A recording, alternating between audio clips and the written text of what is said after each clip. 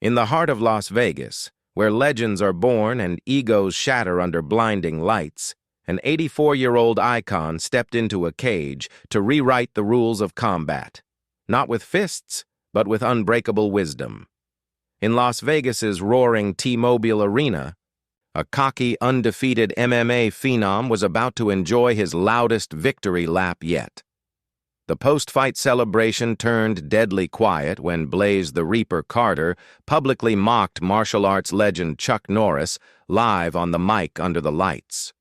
Chuck Norris wasn't your typical VIP spectator. For decades, he was a six-time undefeated world karate champion, known for training elite military forces and founding his own martial arts system. When Carter dared him into the cage, he had no idea he was challenging a master who had long transcended ego or applause. Chuck's silent ascent into the cage triggered a confrontation that would redefine what fighting and respect really meant. What began as a night of arrogant spectacle would become a public reckoning of ego and honor. The MMA world would never be the same after an 84-year-old legend taught its hottest rising star the most important lesson of his life without ever throwing a punch in anger. A brutal punch echoed across the arena, sending the fighter crashing to the mat. The crowd gasped as the referee dove in, checking if the man could even move. But the winner was already parading around, arms raised high, grin stretched wide. He strutted past the cameras, leaned over his opponent, and shouted insults, loud, cocky, unapologetic. Some fans roared with excitement. Others exchanged uneasy glances. Not far from the cage, front row, Chuck Norris sat quietly, expression unreadable. No clapping, no reaction, just sharp, steady eyes locked on the fighter. The Las Vegas arena pulsed with raw energy. Every seat filled, every voice blending into a deafening roar that echoed off the walls. Floodlights beamed down onto the polished cage at center stage. Cameras flashed like lightning as fans shouted from every corner. Some waved banners, others leaned forward on the edge of their seats, eyes locked on the fighters. The night's energy felt alive, almost electric, charged with the promise of something big. In the middle of this chaos sat Chuck Norris, calm and composed ringside in the VIP section. Dressed in a simple dark jacket over a button-down shirt, he did not move. No entourage, no attention-seeking, yet eyes naturally shifted toward him. He sat effortlessly still, one hand resting loosely on his knee, the other by his side. No grin, no cheers, just focus. His eyes never left the cage. At 84, the lines on his face told stories of discipline and battles won long before most of tonight's fighters were born. His presence was unassuming yet undeniable, like gravity itself. Big Mike, his security companion, stood several paces back, almost invisible despite his size. Former Special Forces, now Chuck's friend and protector, he never spoke much, but his eyes missed nothing. All eyes inside the cage, however, centered on one man, Blaze the Reaper Carter, the undefeated young fighter whose name everyone had chanted earlier. A rising star, not just for his skill, but for how he won. Arrogant, flashy, ruthless.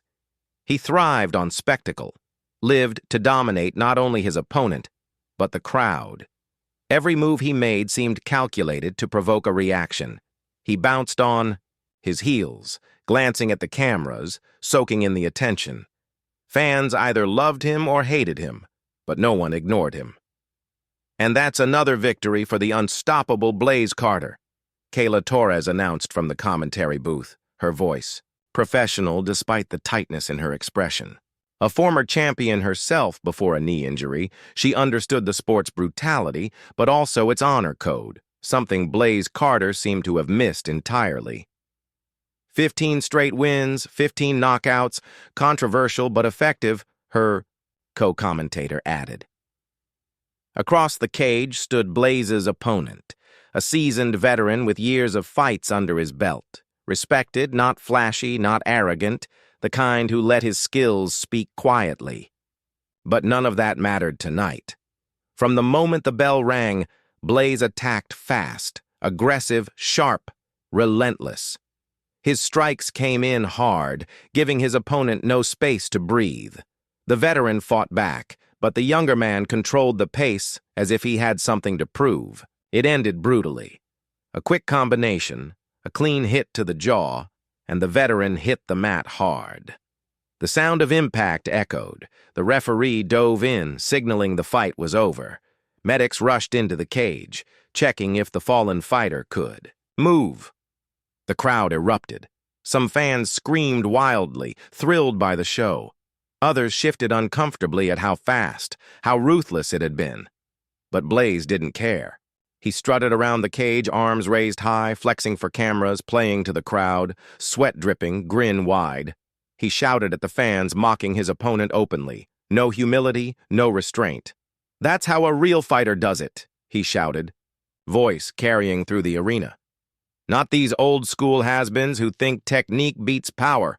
From the sidelines, Coach Ramirez, a veteran trainer who had worked with both rising stars and legends, shook his head. He had tried to mentor Blaze once, before the fame, before the ego.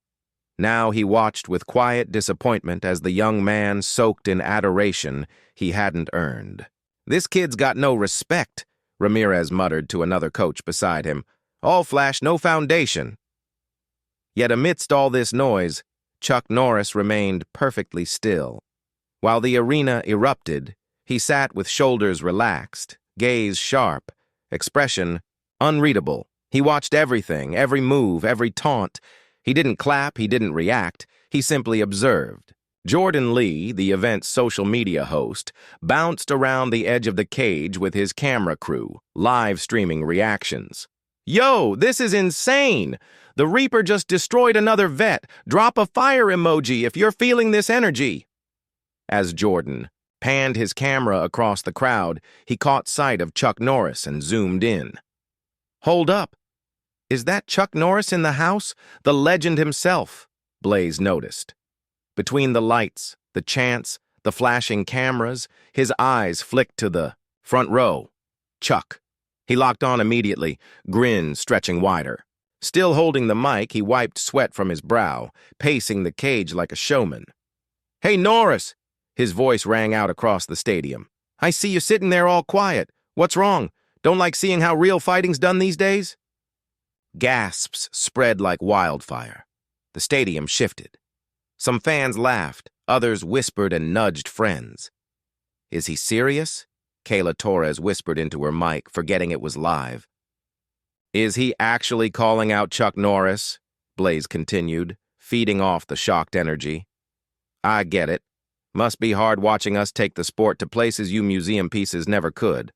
All those movies, all those poses." He mimicked an exaggerated karate stance, drawing scattered laughter. "But this isn't the movies, old man. This is real." He pointed to the mat where his opponent was being helped to his feet. "No stunt doubles here." From the commentary booth, Kayla's face hardened. For those viewers who might not know, Chuck Norris isn't just an actor. He's a 6-time undefeated world karate champion. He's trained special forces. He literally invented his own martial art form. Her words barely registered over Blaze's continued taunting. "What do you say, Norris? Want to see if those old bones can still take a hit? Or are you just here for the early bird special?" Another wave of gasps rolled through the stadium. Some fans hooted, others stared, caught between shock and excitement. The arena's security staff exchanged nervous glances, unsure whether to intervene. Still, Chuck didn't react. He sat exactly where he had been, posture loose, eyes fixed on the fighter. No grin, no anger, just unreadable calm. The fighter bounced on his feet, egging the crowd on. "Come on, Chuck. One round. Show us if those moves were ever real." Cameras turned toward Chuck. Murmurs spread. Some people leaned forward, breath held in anticipation, but Chuck's face never shifted. He let the fighter talk. Didn't need to. Answer. Slowly, silently, the focus began to shift, not to Blaze's words, but to Chuck's quiet, controlled presence. Everyone was watching, waiting. The arena buzzed, noise rolling like a wave across the seats, but ringside everything felt oddly still. Blaze, sensing he might be losing the crowd's attention, escalated. "What's wrong? Afraid or just too old to climb these steps?" He laughed, a sharp sound that echoed. "Maybe we should get you a walker." At the commentary table, Kayla removed her headset. "This is disgusting," she muttered to her producer. "Someone needs to shut this down." But no one moved to stop it. Everyone seemed frozen, waiting for what would happen next. Finally, after what seemed an eternity of taunts, something changed. Not in Chuck's expression, but in his eyes. Something ancient and knowing. A decision made. Without a word, Chuck Norris stood. It was neither rushed nor showy. He rose with quiet precision, every motion controlled. He removed his jacket smoothly and handed it to Big Mike, who appeared beside him. Without being called, the crowd's roar dimmed to a stunned murmur. All eyes locked on the legend as he took his first step toward the cage. Chuck's first step toward the cage silenced the arena. His second step parted the crowd like the Red Sea. Security guards shifted, uncertainly, unsure whether to block his path or clear it. One look from Big Mike resolved their dilemma. They stepped aside. Backstage, the production team scrambled. "Are we legally covered for this?" a producer hissed into his headset. "Can we even let this happen?" "Try stopping it," another answered, transfixed. By the monitors. This just became the most watched MMA event in history. Inside the cage, Blaze's cocky grin flickered, just for a moment. A flash of uncertainty crossing his face before he doubled down, playing to the crowd again. "Well, look at that! Grandpa's coming down to play." Jordan Lee's live stream count exploded as he followed Chuck's steady approach. "Oh my God, guys! This is actually happening! Chuck Norris is heading to the cage. Legend versus Reaper is trending worldwide already." The arena's atmosphere transformed with each of Chuck's measured steps. What had been a rowdy celebration of Blaze's victory now felt like a solemn procession. Fans who had been screaming seconds before fell silent. Those seated stood. Those standing stepped back. In the commentary booth, Kayla Torres's voice turned reverent. "For our younger viewers, let me explain what you're witnessing. Chuck Norris isn't just a meme or an action star. Before his Hollywood career, he was a fighter. A real fighter. 6-time undefeated world karate champion. The first Westerner in the history of Taekwondo to earn an 8th-degree black belt.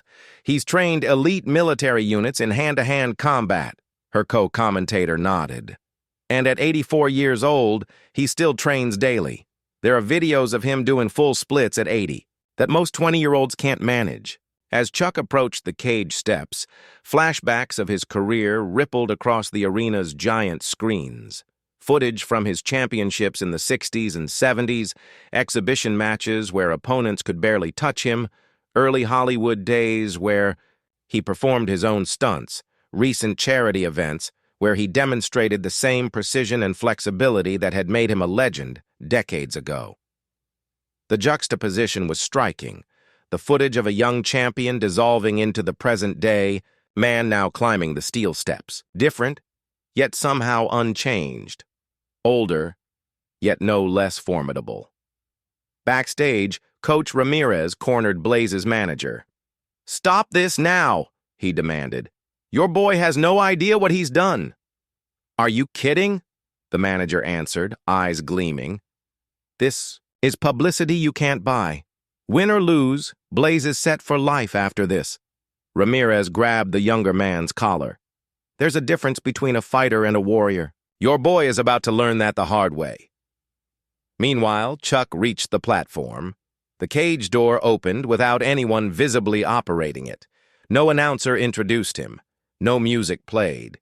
He simply entered, the same way he'd entered dojos and arenas for 7 decades, with respect, with purpose, without fanfare. Inside the cage, Blaze's entourage scattered like startled birds, slipping through the door on the opposite side.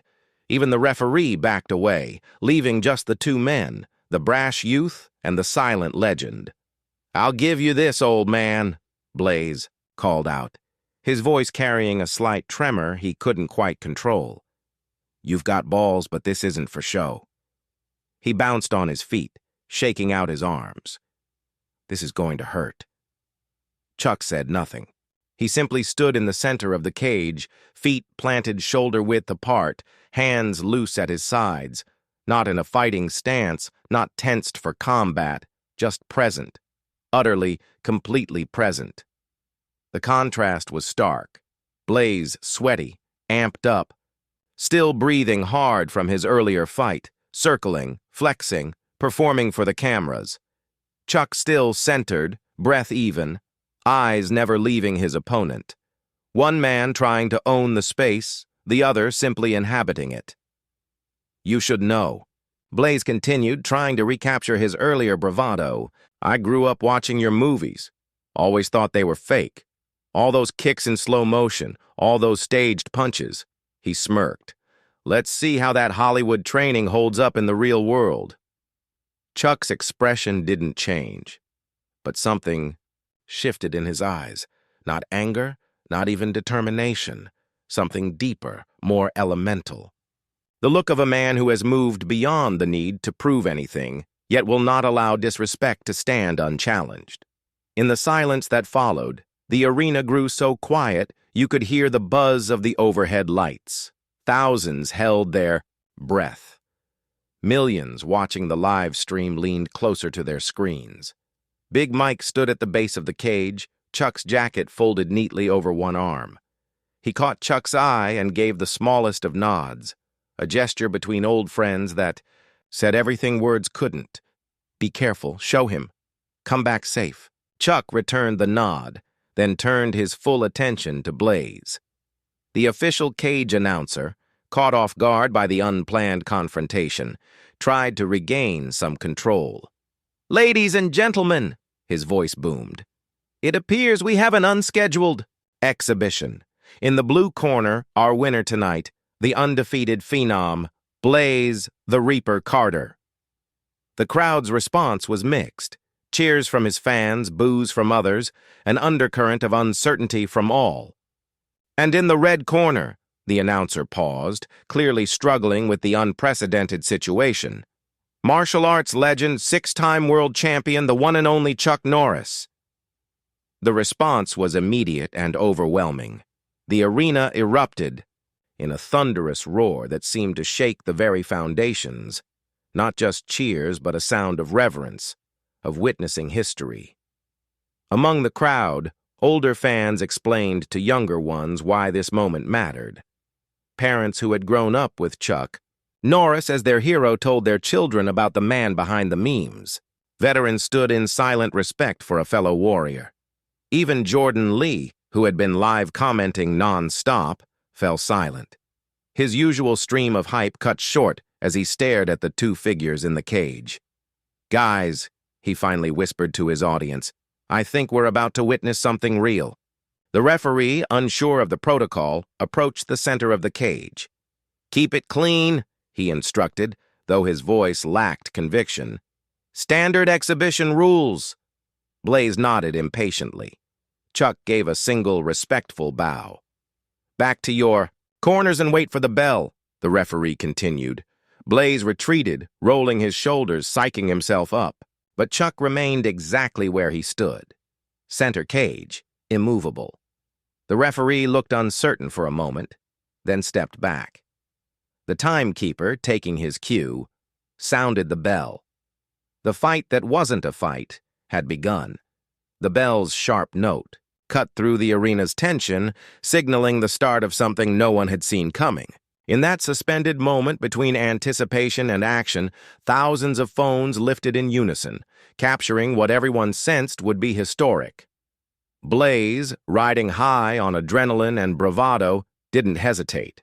He exploded forward with the same aggressive style that had demolished his earlier opponent, a blitz of footwork, feints, and raw power designed to overwhelm. His first combination came lightning fast. Jab, cross, hook, the movements fluid and precise, the strikes that had flattened. So many challengers cut through air, finding nothing but empty space. Chuck had moved. Not dramatically, not with flash, just a subtle shift of weight, a minimal turn of his upper body, each movement precise to the millimeter, enough to make Blaze miss, but not enough to compromise his own position. The young fighter blinked, momentarily confused. He recalibrated and unleashed a sharp kick toward Chuck's midsection. Again, the strike found nothing but air, as Chuck simply wasn't where he should have been. The crowd began to murmur. This wasn't the slow-motion movie star dodging they'd expected from an 84-year-old man. This was something else entirely. Economy of motion raised to an art form. Blaze's face tightened. He pressed forward with a more complex sequence. Jab, cross, body hook, high kick, movements that had earned him sponsorships and highlight reels, each strike technically flawless. Each finding nothing but empty space, as Chuck moved with a grace that made defense look effortless. "Are you seeing this?" Kayla whispered into her microphone, the commentary booth silent save for her hushed voice. "He's not even counterattacking, just existing in the spaces between Blaze's strikes." Her co-commentator nodded, speechless. Inside the cage, frustration crept into Blaze's movements.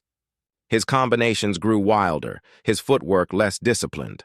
"Fight back!" he hissed through clenched teeth. "Stop running!" Chuck's expression never changed. He wasn't running. He wasn't retreating. He was simply not there when the strikes arrived, a lifetime of training distilled into pure efficiency.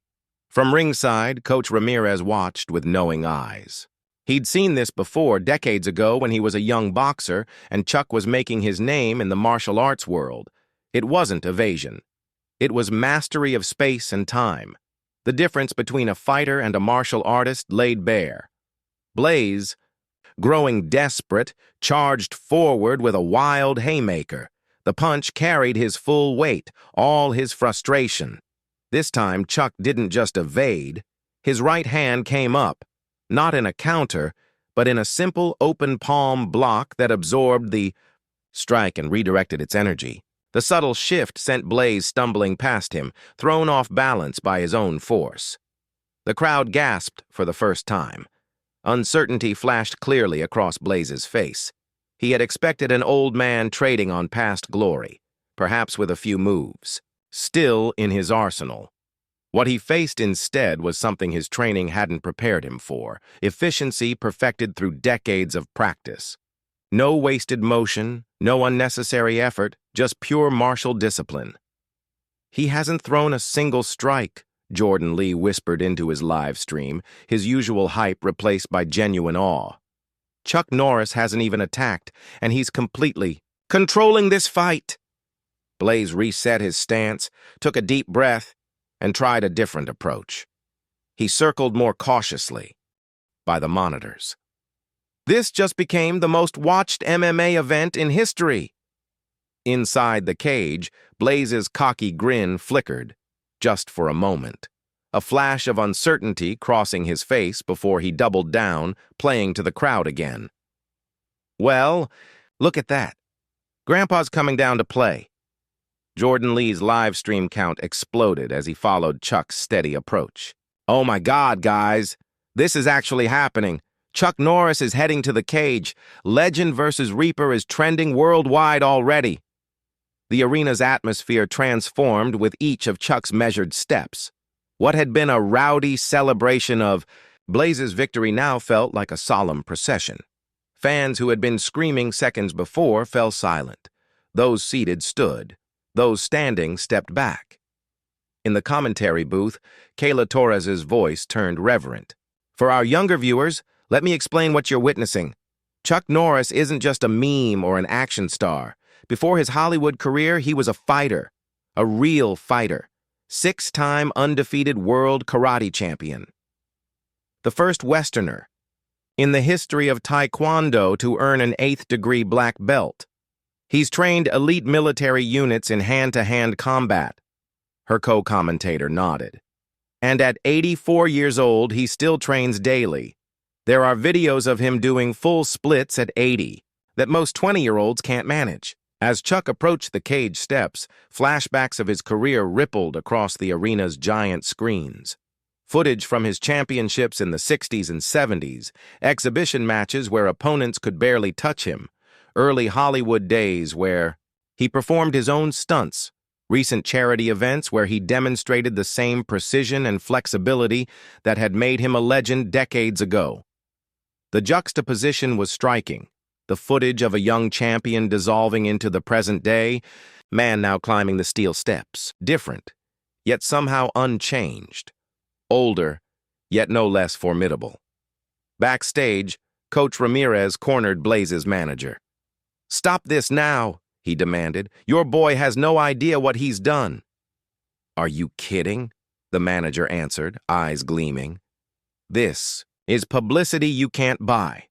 Win or lose, Blaze is set for life after this." Ramirez grabbed the younger man's collar. "There's a difference between a fighter and a warrior. Your boy is about to learn that the hard way." Meanwhile, Chuck reached the platform. The cage door opened without anyone visibly operating it. No announcer introduced him. No music played. He simply entered, the same way he'd entered dojos, and arenas for 7 decades, with respect, with purpose, without fanfare. Inside the cage, Blaze's entourage scattered like startled birds, slipping through the door on the opposite side. Even the referee backed away, leaving just the 2 men, the brash youth and the silent legend. "I'll give you this, old man," Blaze called out, his voice carrying a slight tremor he couldn't quite control.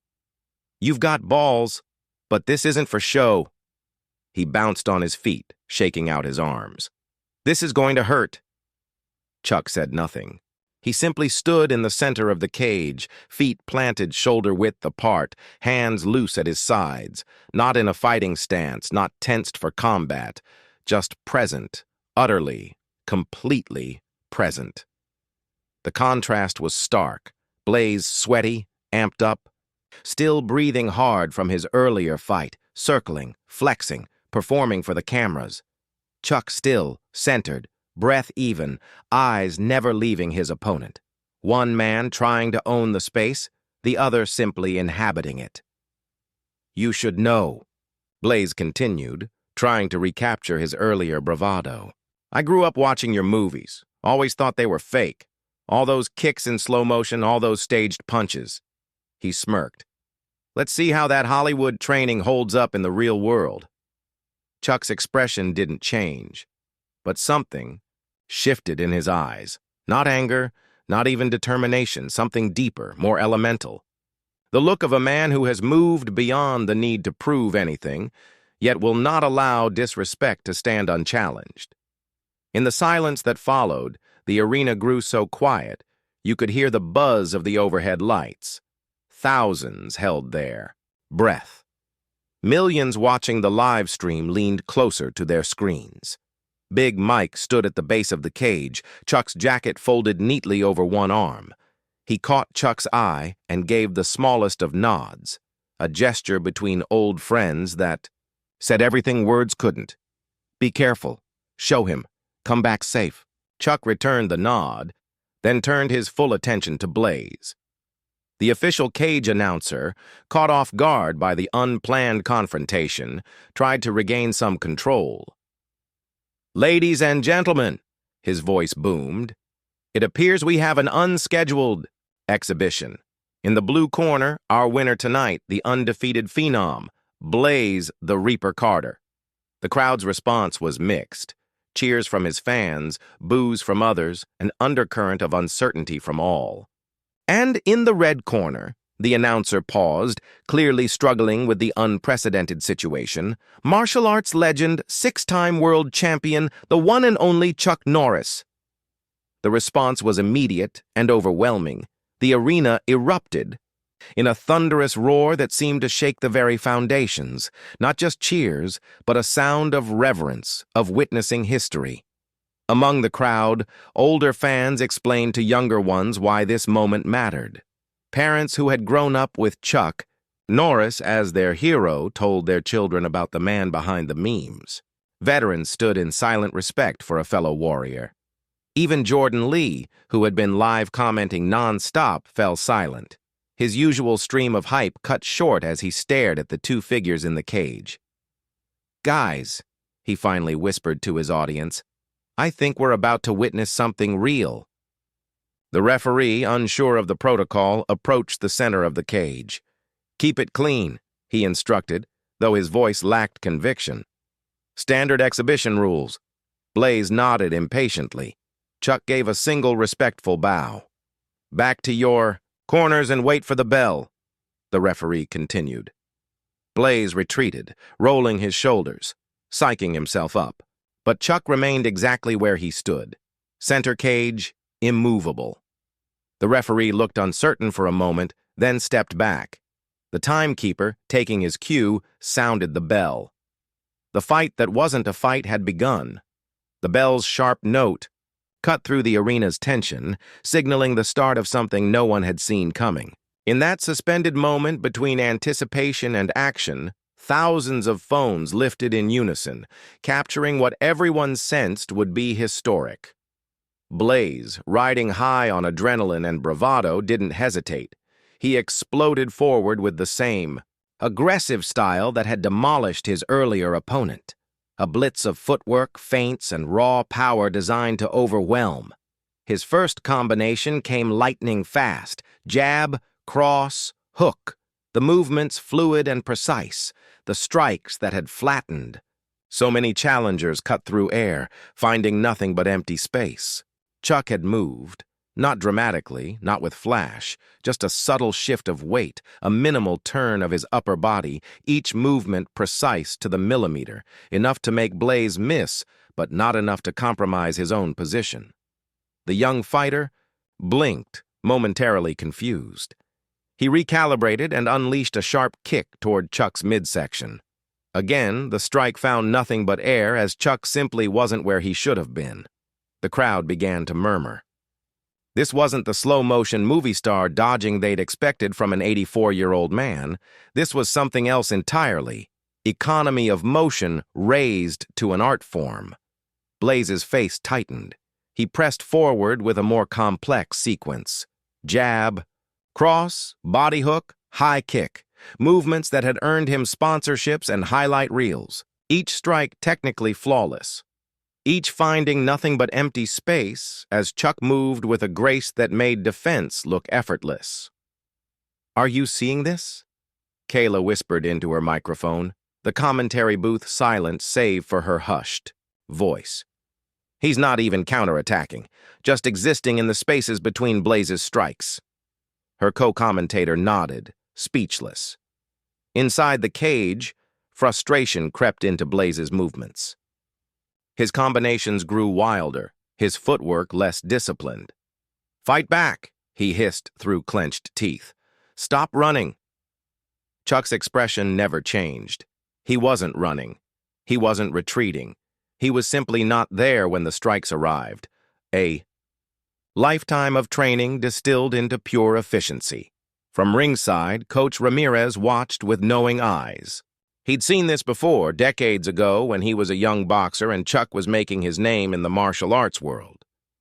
It wasn't evasion. It was mastery of space and time. The difference between a fighter and a martial artist laid bare. Blaze, growing desperate, charged forward with a wild haymaker. The punch carried his full weight, all his frustration. This time, Chuck didn't just evade. His right hand came up, not in a counter, but in a simple open palm block that absorbed the strike and redirected its energy.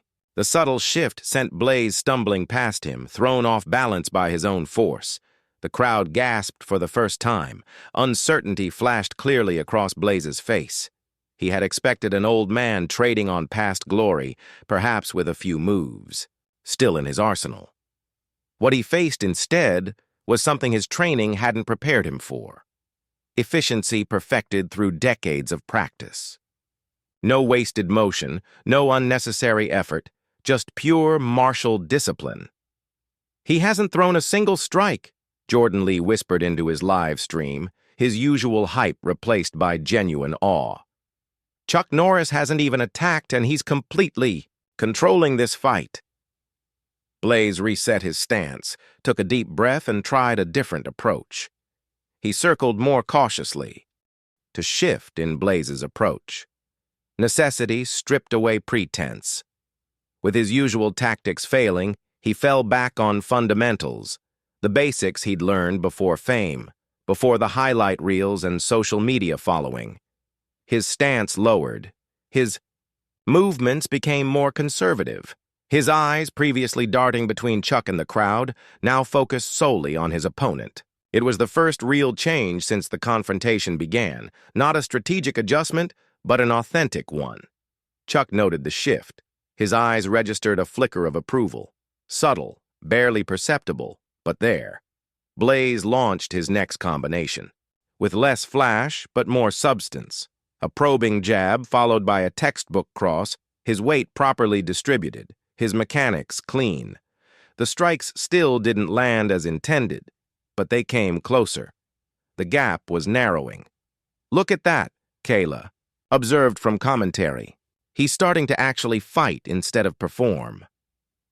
For the next 30 seconds, the dynamic evolved. Blaze attacked with increasing technical precision, stripping away the excess that had defined his style. Chuck continued to evade and redirect. But his movements became more deliberate, more instructive. The exchanges took on a different quality, less a confrontation, more a conversation. Without words, Chuck was teaching. Each evasion demonstrated a principle. Each redirection contained a lesson. The very spacing between them became instructive, showing openings, vulnerabilities, opportunities. Some in the crowd began to sense the shift. The tension remained, but its quality changed. This wasn't building toward violence anymore, but toward understanding. Then came the moment that would be replayed millions of times across the world. Blaze, having found a rhythm in fundamentals, attempted to build upon it. He feinted left, then launched a perfectly executed right cross, textbook in its form, direct in its intention, the kind of punch that forms the backbone of all striking arts. This time, instead of evading, Chuck chose to counter. His movement was so fluid, so natural, it seemed to happen before Blaze's attack even began. A simple sidestep that placed him at the perfect angle, followed by an open palm strike to Blaze's extended shoulder. The contact was light, more demonstration than attack, but its placement was perfect. It caught Blaze at the exact point in his extension where his balance was most vulnerable. The young fighter staggered sideways, not hurt, but completely disrupted. Before he could recover, Chuck delivered a second open palm touch to his upper back. Again, not a strike meant to damage, but a precise contact that exploited the body's natural mechanics. Blaze's knees buckled, and he dropped to the mat once more. The arena erupted in a mixture of gasps and applause. Blaze rose slowly this time, his face showing not anger, but confusion. He had thrown a technically perfect punch, the same punch, that had won him championships. Yet he'd been countered with such effortless precision that it made his skills seem crude by comparison. How? The question escaped before he could stop it. Chuck's expression softened slightly, not pity, but recognition, the acknowledgement of a teaching moment. Position before submission, he said quietly. Principle before technique. Simple words that contained decades of wisdom, not just about fighting, but about living, about approaching any challenge from its fundamental truths rather than its surface appearances. For the first time, Blaze actually listened. Something, in Chuck's tone, or perhaps in the undeniable evidence of what had just happened, cut through his defenses. His stance shifted almost unconsciously from aggressive to receptive. The crowd sensed the change. The atmosphere in the arena transformed once again, from spectacle to ceremony, from entertainment to education. Phones remained raised, recording every moment, but the energy behind them had changed. This wasn't about capturing something to mock or celebrate later. It was about preserving something meaningful. "I think we're witnessing a transition," Kayla said softly from commentary. "From a fight to a lesson." Her co-commentator nodded. "And maybe the most important one Blaze Carter will ever receive." Inside the cage, the young champion took a deep breath and reset his stance. Not the flashy, camera-ready posture he'd entered with, but something more grounded, more authentic. He moved forward again, but differently now, testing rather than attacking, asking questions with his body rather than making statements. Chuck responded in kind. His movements became more demonstrative, showing rather than simply countering. When Blaze threw a jab, Chuck didn't just evade, he showed the proper counter through his response. When Blaze attempted a kick, Chuck's positioning revealed why it wouldn't land and what would have worked instead. Without words, a dialogue formed. Technique, counter, adjustment, response. The language of martial arts in its purest form. For 2 minutes, the cage transformed into a dojo. The championship arena became a place of learning. Around the cage, the crowd watched in reverent silence. Even those who had come for blood now found themselves witnessing something rarer. Transformation happening in real time. The social media feeds that had been flooded with mockery and hype now filled with words like respect, humbling, and masterclass. Jordan Lee, who had started the night chasing viral moments, now stood transfixed.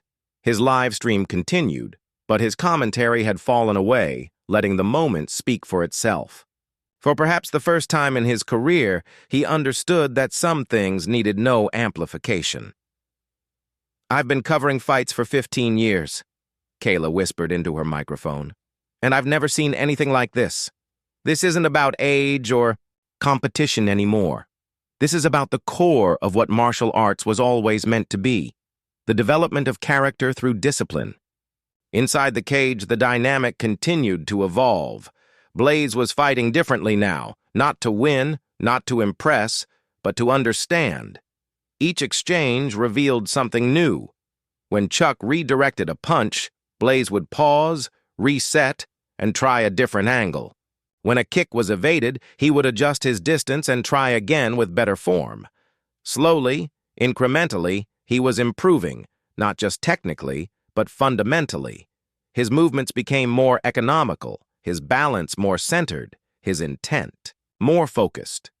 The flash was falling away, revealing the fighter he could become if ego didn't obstruct growth. Chuck noticed every change, acknowledged each improvement with subtle nods. His counters and redirections became teaching tools, each one offering a specific lesson about timing, distance, or leverage. Without words, he was sharing knowledge that had taken decades to accumulate. Then, with no warning, Chuck changed the dynamic completely.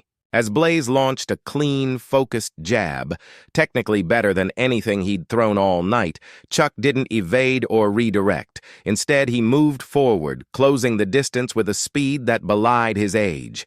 Before Blaze could react, Chuck had executed a perfect sweep, taking the younger fighter's legs out from under him.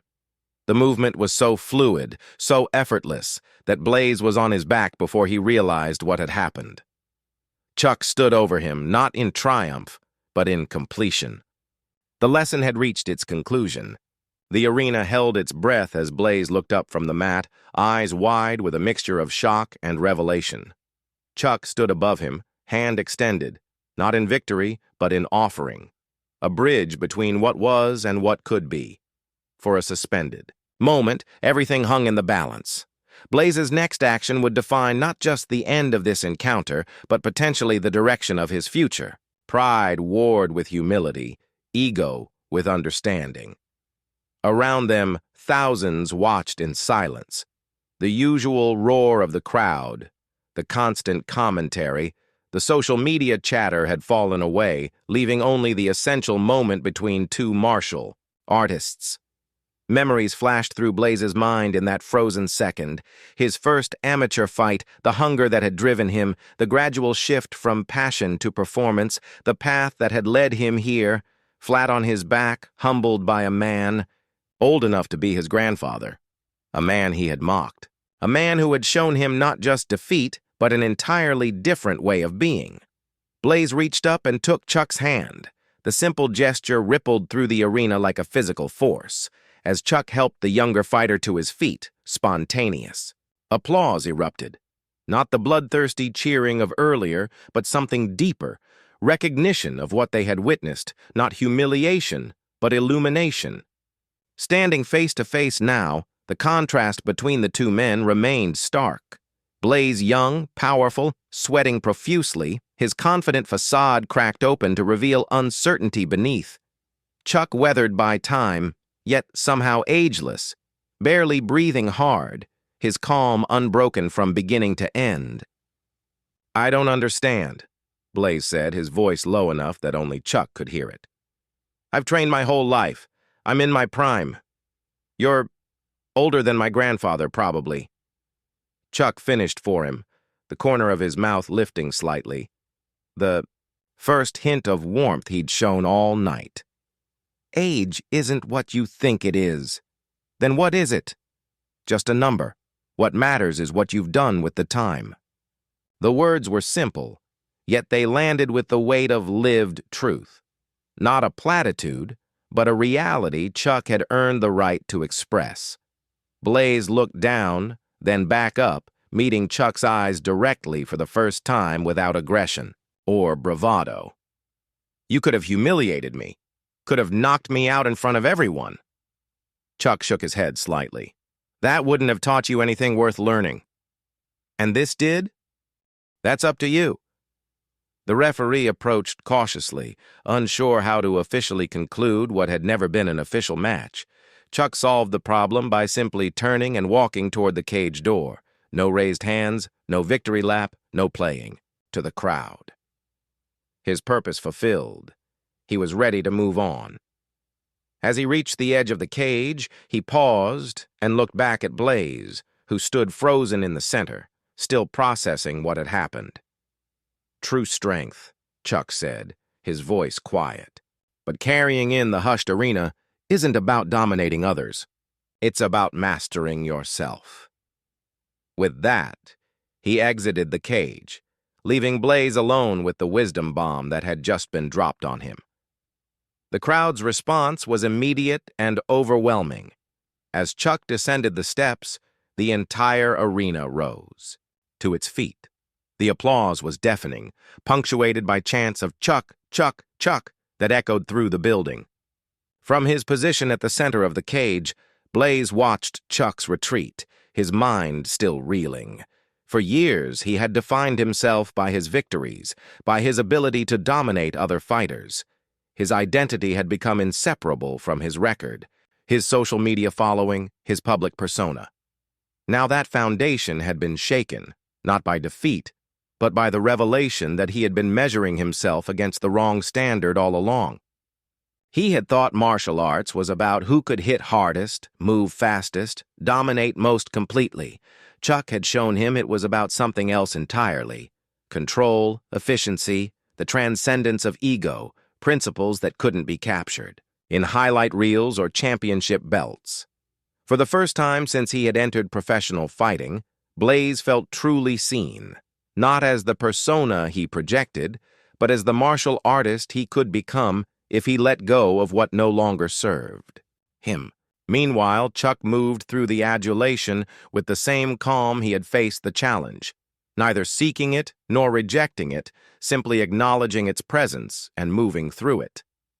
Fans reached out as he passed, not grabbing but extending, their hands in reverence, hoping for the briefest contact with someone who embodied what they had just witnessed. A young girl, no more than 10, caught Chuck's eye from her father's shoulders. She wore a white jai with a yellow belt, a beginner in her martial arts journey. Their gazes met, and Chuck's expression softened. He gave her a small, respectful bow. Martial. Artist to martial artist, regardless of age or rank. The girl's face lit up, and she returned the bow with solemn precision.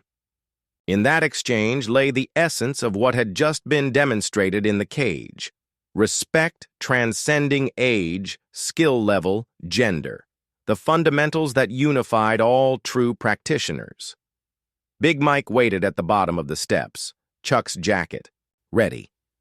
As the older martial artist slipped it on, the two exchanged a look that contained volumes, not just about tonight, but about all the challenges they had faced together over decades. "Still got it, boss?" Big Mike said, the rare words heavy with meaning. Chuck simply nodded, neither agreeing nor disagreeing. His focus was already shifting away from the arena, away from the spectacle, back to the quiet discipline that had defined his life long before cameras ever captured it.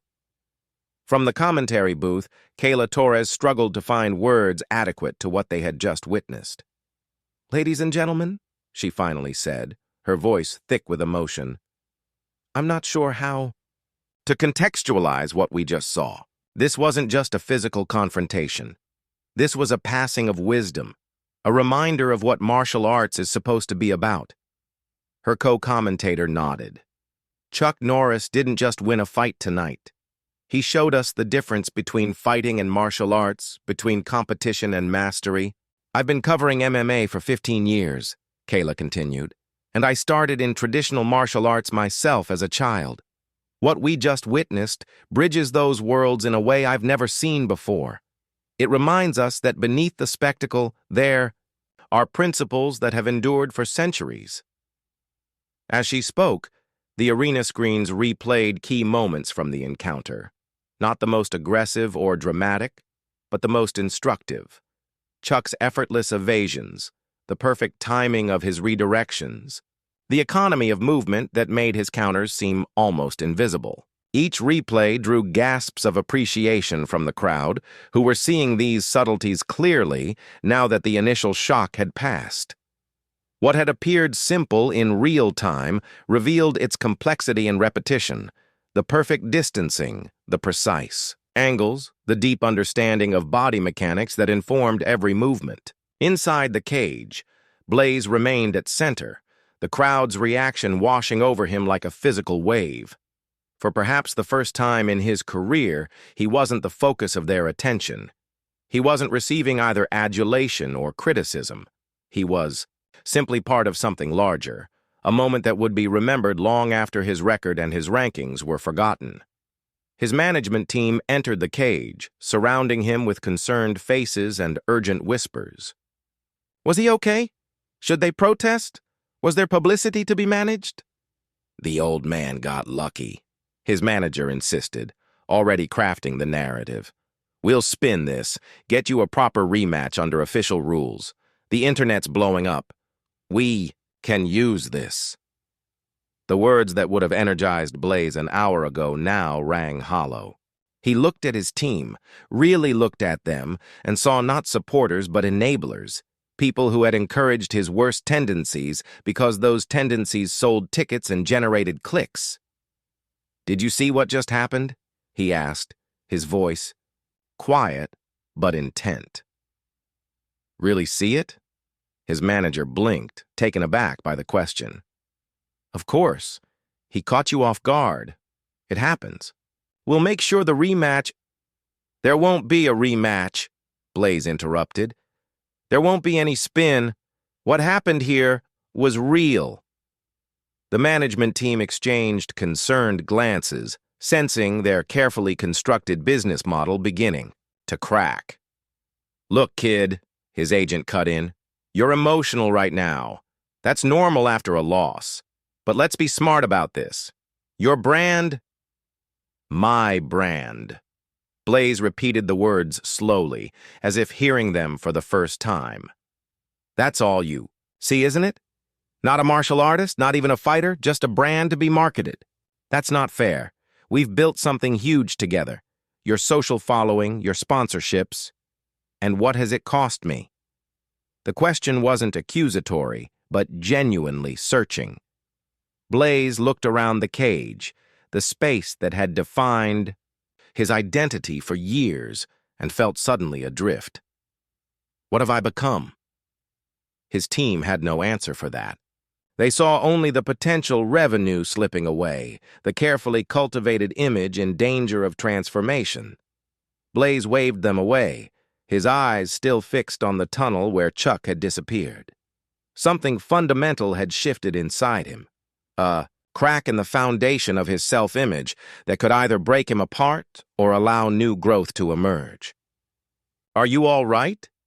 his manager pressed, alarmed by his silence. Blaze nodded slowly. "Yeah, I think I might be all right for the first time." Beyond the immediate drama in the cage, the impact of what had transpired spread throughout the arena and beyond.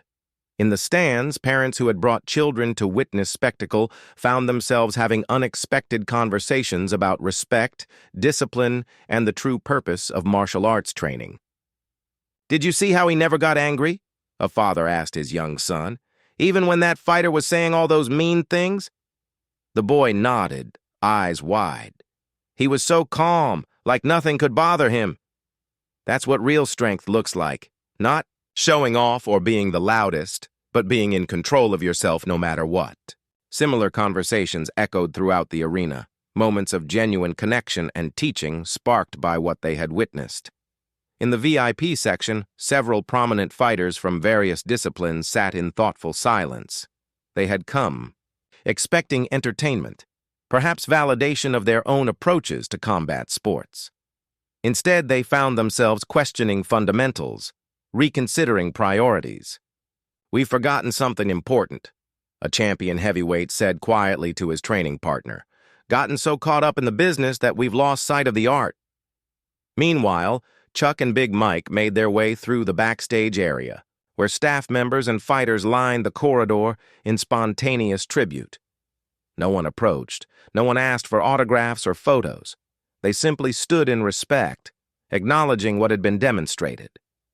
A young production assistant, barely out of college, found herself standing straighter as Chuck passed. Something about his presence, intimidating but grounded, inspired an instinctive response, a desire to rise to a standard she hadn't known existed until this moment. Coach Ramirez emerged from a side hallway, positioning himself directly in Chuck's path. The two old warriors regarded each other for a moment, decades of shared history passing between them in silence. "Had to be done," Ramirez said finally, extending his hand. "The sport's losing its way." Chuck took the offered hand. "Not lost yet. Just needs reminding sometimes. Think he got the message? We'll see. Seeds take time to grow." They parted without further words, each understanding that actions had already said everything necessary. Ramirez watched Chuck continue down the corridor, then turned back toward the arena. He had work to do, a young fighter who might, if the lesson had taken root, be ready for real guidance for the first time in his career. Back in the arena, the crowd's attention had finally returned to Blaze. The young fighter stood at the edge of the cage, looking out over the sea of faces with new eyes. The adoration he had sought so desperately now seemed hollow compared to the respect he had just witnessed directed at Chuck.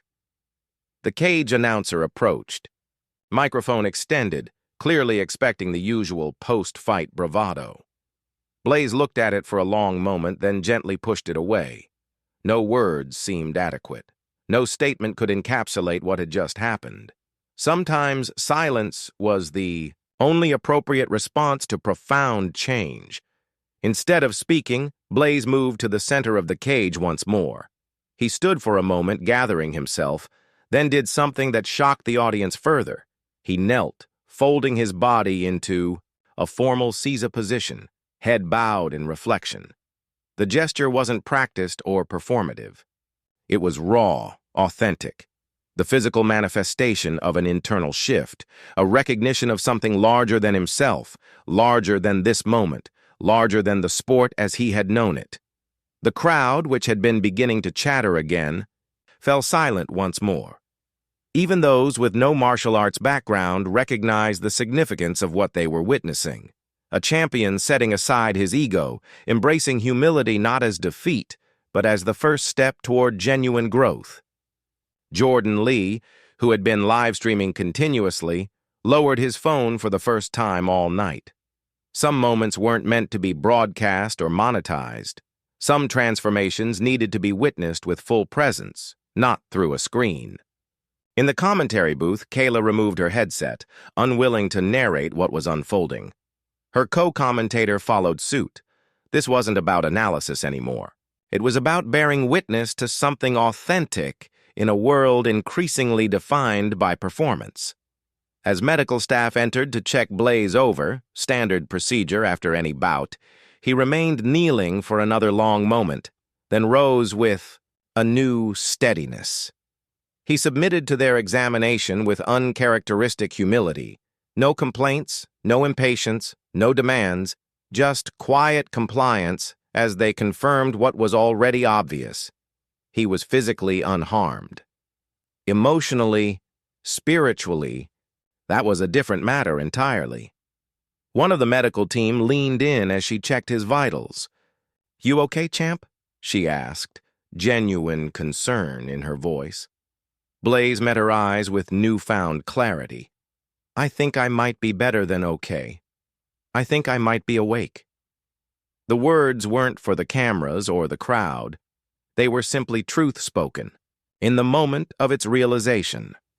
As he finally exited the cage, Blaze carried with him not the sting of defeat, but the weight of possibility. The potential to become something more than he had been, not just a better fighter, but a more complete martial artist, a more integrated human being. The arena lights began to dim, signaling the end of the event. Fans rose from their seats, but the usual rush for the exits was absent. People moved slowly, conversing in hushed tones, processing what they had witnessed. Not just a fight, not just a spectacle, but a moment of genuine transformation. In that transition from artificial light to natural darkness, something essential had been illuminated, not just for Blaze, but for everyone present. A reminder that beneath the hype, the commercialization, and the ego, martial arts remained what it had always been. A path toward self-mastery, a way of being in the world with integrity, discipline, and respect. The lesson had been delivered. Its full impact remained to be seen. But in the quiet aftermath, as the arena emptied and the night deepened, one truth was already clear. Some victories transcend the cage. Some fights aren't about defeating an opponent, but about conquering oneself. And some lessons, once truly learned, change everything that follows. Dawn broke over Las Vegas, painting the Strip in colors that seemed more vivid than usual. In hotel rooms, at breakfast tables, and across social media, the conversation remained focused on a single topic: what had transpired in the cage the night before. Chuck Norris versus Blaze had been trending for hours, accompanied by clips viewed tens of millions of times. But unlike the usual viral fight moments, these weren't focused on brutality or humiliation. They captured something rarer: wisdom in action. In a quiet corner of the MGM Grand's restaurant, Kayla Torres sat with her producer, reviewing coverage for the morning shows. The dark circles under her eyes testified to a night spent reflecting rather than sleeping. Every major outlet picked "It up," the producer said, scrolling through his tablet. ESPN, Fox Sports, even the mainstream networks. The angle's consistent across the board. Martial arts legend teaches humility to cocky champion. Kayla nodded, her eyes tired but satisfied. For once, they got it right. This wasn't about age or embarrassment. It was about principles. Principles don't usually get 50 million views by breakfast, the producer remarked, still scrolling. Look at these comments. People are sharing stories about their own martial arts journeys, posting old photos of themselves in GIs, tagging their former senseis and coaches to thank them. That's the real victory, Kayla said quietly. Not what happened in the cage, but what's happening now. People remembering why they started training in the first place. Speaking of which, the producer slid his tablet across the table. You might want to see Blaze's statement. Kayla raised an eyebrow, expecting damage control or excuses. Instead, she found a simple text post from Blaze's official accounts. Last night, I was given a gift I didn't deserve. Not a beating, but a lesson. Chuck Norris showed me the difference between being a fighter and being a martial artist. I have a long way to go, but the journey starts today. Respect is ageless. Accompanying the text was a photo, not of the confrontation itself, but of Blaze kneeling at center cage after Chuck had left. The image captured a moment of genuine reflection that no PR team could have manufactured. Well, Kayla said, a smile touching her lips. Looks like the lesson might have taken. Her producer leaned back, genuinely surprised. I've covered Blaze's career since he went pro. Never seen anything like this from him. No excuses, no promises to come back stronger, no calling out his next opponent. Maybe because this wasn't a loss in the usual sense, Kayla observed. He didn't get knocked out or submitted. He got awakened. Across town, in a modest hotel suite far from the Strip's glitz, Chuck Norris performed his morning routine as he had for decades. Stretches, push-ups, core work, meditation. The discipline that had carried him through 84 years of life continued, uninterrupted by last night's events. Sunlight streamed through the partially opened curtains, illuminating the sparse room. No luxury amenities, no excessive comforts, just the essentials meticulously arranged. Like the man himself, the space was defined by its intentionality, its absence of excess. Big Mike entered with coffee, setting it silently on the table before taking a seat in the corner chair. The two had worked out a rhythm over their years, together, knowing when to speak, when to maintain silence, when presence alone was sufficient. Your phone's been blowing up, he noted after Chuck completed his final set of exercises. Everyone from Good Morning America to Joe Rogan wants an interview. Chuck toweled off, then reached for the coffee, taking a moment to appreciate its aroma before responding. Not interested. Figured as much. Big Mike sipped his own coffee. That kid's statement is making the rounds. Seems sincere. Time will tell. Always does. Big Mike hesitated, then added, You knew, didn't you? When you accepted his challenge, you knew it wasn't about putting him in his place. Chuck's eyes crinkled slightly at the corners. The closest he typically came to a smile. Wasn't about him at all. It was about what he represents, what the sport's becoming.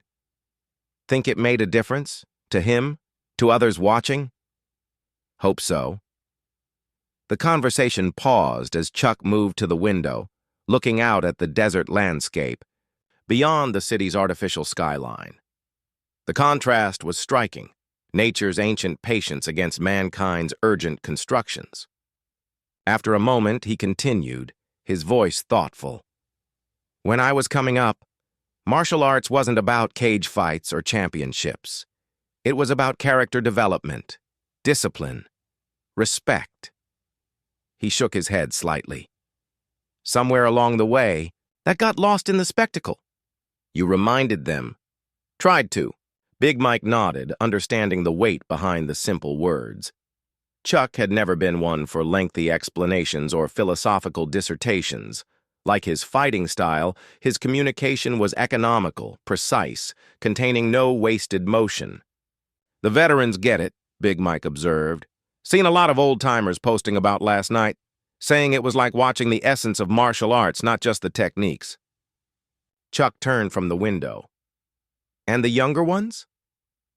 Mixed. Some don't understand what they saw. Others... Big Mike scrolled through his phone. Others are asking questions for the first time, real ones, about the deeper aspects of training, not just how to win fights. A nod. That was enough. Questions were the beginning of any genuine path. Back at the arena, preparations were underway for tonight's fights. Another card, another crowd, another spectacle. But something had changed in the atmosphere. Staff who had witnessed the previous night moved with a different energy, handling their tasks with greater care, greater purpose. A young stagehand carefully mopped the cage floor, his movements more deliberate than usual. Last night, this had ceased to be just another fighting platform. It had become, however briefly, something sacred, a space where truth had been demonstrated through action. The venue manager noticed the difference. "You're taking your time with that today, Miguel." The stagehand nodded without looking up. "Feels different now, you know, after what happened." The manager understood. He'd been in the fight business for 20 years, had seen the evolution from niche combat sport to global entertainment juggernaut. Last night had reminded him of something he'd almost forgotten: why he'd been drawn to martial arts in the first place, long before the glitz and marketing had taken over. In a back corridor, Coach Ramirez found himself face-to-face with Blaze, who had come to collect his belongings from the locker room. The young fighter looked different, quieter, more contained, his usual swagger replaced by something more grounded. "How you feeling, kid?" Ramirez asked, genuinely curious. Blaze considered the question seriously. "Like I got my ass handed to me without taking a single real hit. That about sums it up. How did he do it? I've trained with the best. I've beaten champions. But last night..." He shook his head, still processing. "It wasn't even a fight. It was like he knew what I was going to do before I did." Ramirez leaned against the wall, regarding the young fighter with new interest. The cocky exterior had cracked, revealing something more authentic beneath, a genuine seeker, perhaps, who had lost his way in the glare of success and attention. "That's what happens when you've been practicing the same moves for 60 years. Chuck doesn't see techniques anymore. He sees patterns, principles. Can that be taught? The techniques? Sure. The wisdom. That you have to earn." Blaze nodded slowly, absorbing the distinction. "I want to learn the real way, not just to win fights, but to be better."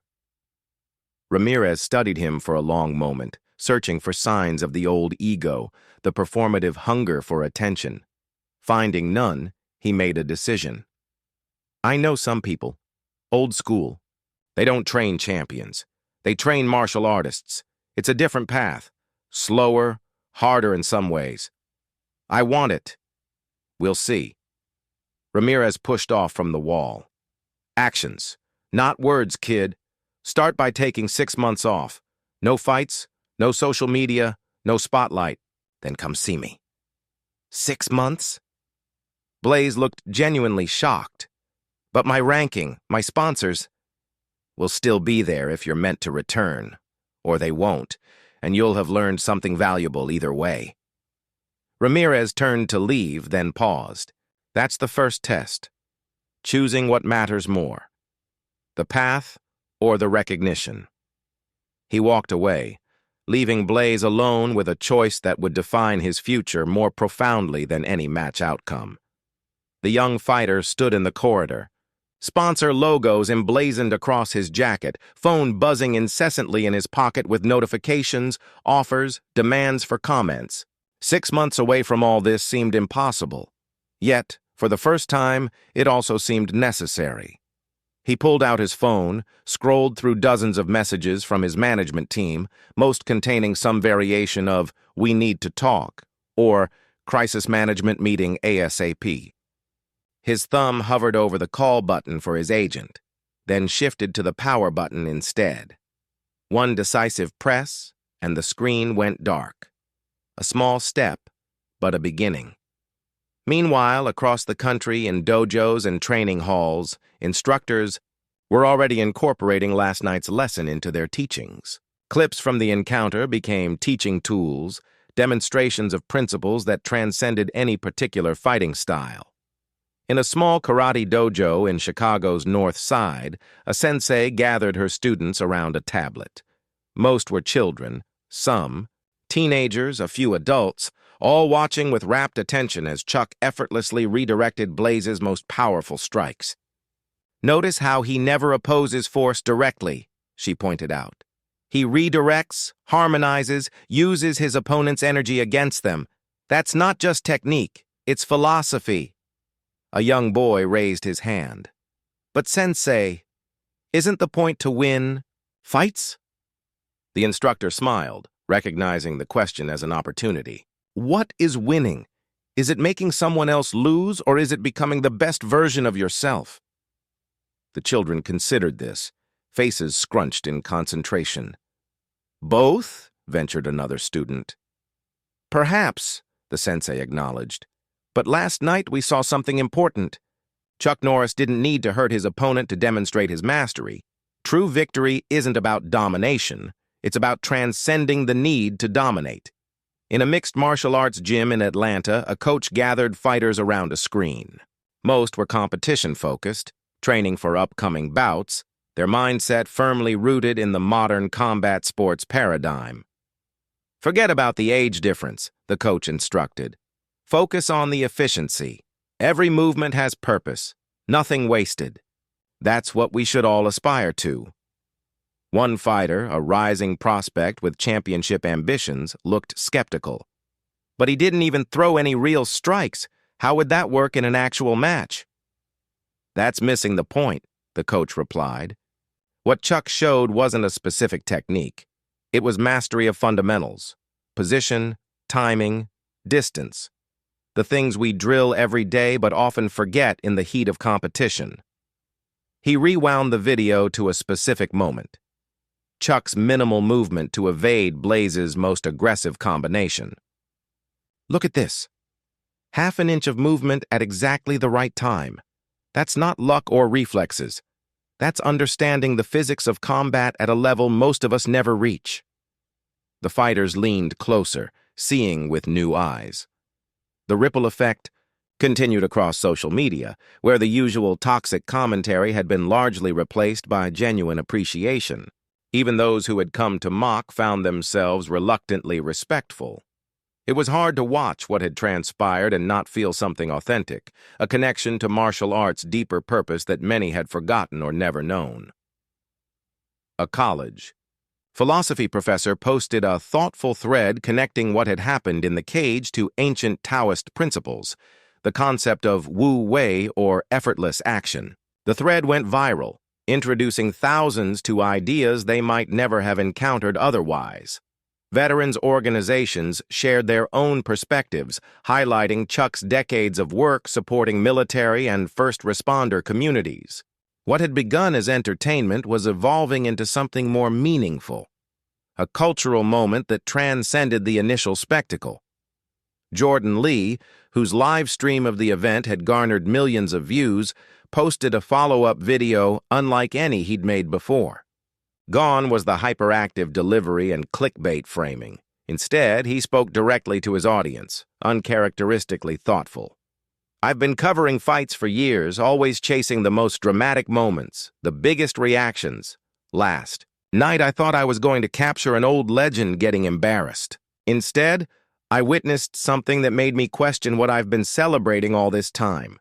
He paused, visibly emotional.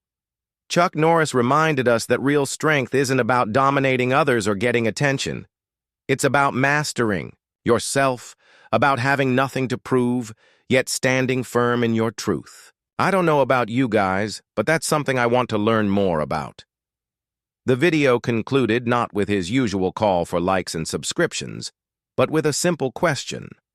What matters most to you? By mid-afternoon, the first serious analyses began appearing, not just from sports commentators, but from martial arts historians and cultural critics. They placed the encounter in context, drawing parallels to legendary moments when the essence of a discipline was demonstrated in unexpected ways. One particularly thoughtful piece concluded, "What we witnessed wasn't just an older fighter schooling a younger one. It was a physical demonstration of values that have become increasingly rare in our attention economy: humility, efficiency, earned wisdom, and the quiet confidence that comes from decades of disciplined practice. Chuck Norris didn't just win a confrontation. He reminded us what victory really means. In a small dojo on the outskirts of Las Vegas, far from the Strip's neon and noise, an elderly instructor sat in meditation. His phone had been ringing all morning, former students calling to discuss what had happened, reporters seeking comments, curious newcomers inquiring about classes. He had watched the encounter from the arena's upper level, unnoticed among the crowd. Now, as he centered himself in the quiet of his training space, he reflected on what his old friend Chuck had accomplished. Not a defense of ego or reputation, but a defense of principles, a reminder of the thread that connected traditional martial arts to their modern expressions, often obscured but never broken. A soft knock at the dojo door interrupted his thoughts. He opened his eyes to find a young man standing uncertainly at the threshold, Blaze Carter, without entourage or cameras, dressed in simple street clothes rather than his usual branded attire. "I was told you might be willing to speak with me," Blaze said, his usual confidence replaced by genuine humility. The old instructor studied him for a moment, then gestured for him to enter. "Remove your shoes," he instructed, "and leave your expectations at the door as well." Blaze complied, stepping into the simple space with its worn mats and faded photos of masters long departed. This was nothing like the state-of-the-art facilities he typically trained in, with their high-tech equipment and recovery tools. Yet something about its simplicity felt right, a return to essentials, to foundations. "I want to learn," he said simply. The instructor nodded. Everyone wants knowledge. Few are willing to unlearn what blocks it. As evening approached, Chuck and Big Mike prepared to leave Las Vegas. Their bags packed, their rental car waiting, no private jets, no entourages, no fuss, the same way they had arrived. "One last thing," Big Mike said, holding out his phone. "Thought you might want to see this." On the screen was a video taken just an hour earlier. It showed Blaze entering a small, traditional dojo on the outskirts of Las Vegas. Not for publicity, there were no cameras except the security footage that had captured the moment. The young fighter had removed his shoes, bowed at the entrance, and approached the elderly instructor with his head lowered in respect. Chuck watched silently, then handed the phone back with a nod of acknowledgement. Nothing more needed to be said. As they drove away from the hotel, the sun setting behind them, Chuck gazed out at the open desert. Last night already felt distant. Just one moment in a lifetime dedicated to principles larger than any single event. "Was it worth it?" Big Mike asked, eyes on the road ahead. "Coming out of retirement for this?" Chuck considered the question, his weathered face thoughtful. "Wasn't about retirement. Wasn't even about that young man." "Really? What was it about then?" "Reminding people what matters." Chuck's eyes crinkled at the corners.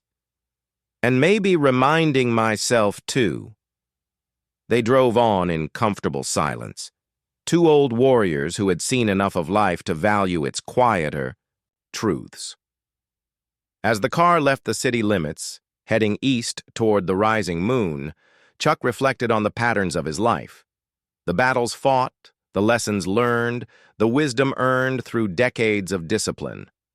At 84, he had nothing left to prove, no titles to defend, no reputation to uphold. What remained was simply the path itself, and the opportunity to illuminate it for others when the moment called. Back in the heart of Las Vegas, preparations for tonight's fights continued. The cage had been cleaned, the lights reset, the promotional materials updated. But something had changed in how the staff approached their work. A new awareness, a greater sense of purpose. In the commentator's booth, Kayla Torres prepared her notes for the evening's matches, but her mind kept returning to what she had witnessed the night before, and to the responsibility she now felt to honor it. "You okay?" her producer asked, noticing her distraction. Kayla nodded slowly. just thinking about how to talk about these fights differently now, how to focus more on the art and less on the spectacle. That's a tough balance in this business. Maybe. But if last night proved anything, it's that people are hungry for something real, something that matters beyond the hype. She glanced down at her usual commentary notes, filled with statistics, rivalries, promotional angles. With quiet determination, she set them aside and began writing from scratch, this time focusing on the fighters' journeys, their discipline, the principles demonstrated in their techniques. A small change, perhaps, but meaningful in its intention. As the arena began to fill once more with expectant fans, there was a subtle but palpable difference in the atmosphere. Conversations seemed more thoughtful, appreciation more nuanced. Many who had come primarily for violence now found themselves discussing technique, discipline, the mental aspects of combat. A small shift, perhaps, but significant. Like the first ripples from a stone dropped in still water, spreading outward in concentric circles whose full reach could not yet be measured. In the small dojo across town, Blaze sat in formal Caesar position, listening as the elderly instructor explained the first principles of the art he taught. Not techniques or combinations, but concepts, awareness, intention, harmony, the foundation upon which all else would be built. Today you begin again, the instructor told him. Forget your record, your reputation, your rank. Here you are simply a student. Blaze bowed, accepting the terms without reservation. The path ahead would be long and humbling, requiring him to set aside everything he thought he knew. But for the first time in years, he felt like he was moving in the right direction, not toward fame or fortune, but toward something more essential, and somewhere on a desert highway, driving away from the spectacle but carrying its essence. With him, Chuck Norris continued his lifelong journey, not as a celebrity or even as a martial arts legend, but simply as a practitioner of principles that had guided him through 8 decades of life. His greatest victory hadn't come from defeating a younger, stronger opponent. It had come from staying true to his path, from embodying the discipline he had practiced since youth, and from passing that understanding forward, not through words or instruction manuals, but through action. In a world obsessed with youth, with spectacle, with constant reinvention, he had demonstrated the power of consistency, of earned wisdom, of values that never age or become obsolete. He had shown that respect isn't just given or taken, it's lived. And that perhaps was the most important lesson of all, one that would continue to resonate long after the lights dimmed and the crowds dispersed. A reminder that true martial arts isn't about what happens in a cage or on a screen, but about how we conduct ourselves in every moment, with or without an audience. A lesson as timeless as the desert stars now appearing overhead, guiding travelers home.